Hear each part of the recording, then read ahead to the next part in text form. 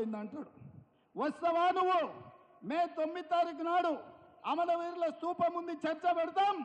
అమరవీరుల స్తూపం సాక్షిగా ఈ రాష్ట్రంలో ఎవరికైనా ఏ రైతుకైనా, అది ఖమ్మం కావచ్చు, కొత్తగూడెం కావచ్చు, ఆదిలాబాద్ కావచ్చు, అలంపూర్ కావచ్చు, అచ్చంపేట కావచ్చు, కొడంగల్ కావచ్చు, లేకపోతే మదిర కావచ్చు, ఏ రైతుకైనా ఈ నెల 9 తారీఖు లోపల ఏ ఒక్క రైతుకైనా బకాయి ఉంటే నేను సవాలు చేస్తున్నా, అమరవీరుల స్తూపం ముందు ముక్కు నేలకు రాసి క్షమాపణ చెప్తా.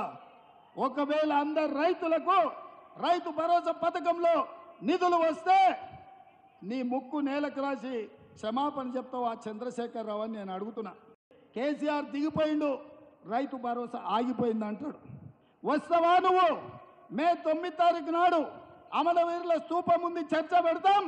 అమరవీరుల స్తూపం సాక్షిగా ఈ రాష్ట్రంలో ఎవరికైనా ఏ రైతుకైనా, అది ఖమ్మం కావచ్చు, కొత్తగూడెం కావచ్చు, ఆదిలాబాద్ కావచ్చు, అలంపూర్ కావచ్చు, అచ్చంపేట కావచ్చు, కొడంగల్ కావచ్చు, లేకపోతే మదిర కావచ్చు, ఏ రైతుకైనా ఈ నెల 9 తారీఖు లోపల ఏ ఒక్క రైతుకైనా బకాయి ఉంటే నేను సవాలు చేస్తున్నా, అమరవీరుల స్తూపం ముందు ముక్కు నేలకు రాసి క్షమాపణ చెప్తా. ఒకవేళ అందరు రైతులకు రైతు భరోసా పథకంలో నిధులు వస్తే నీ ముక్కు నేలకు రాసి క్షమాపణ చెప్తావు ఆ చంద్రశేఖర్ రావు అని నేను అడుగుతున్నా.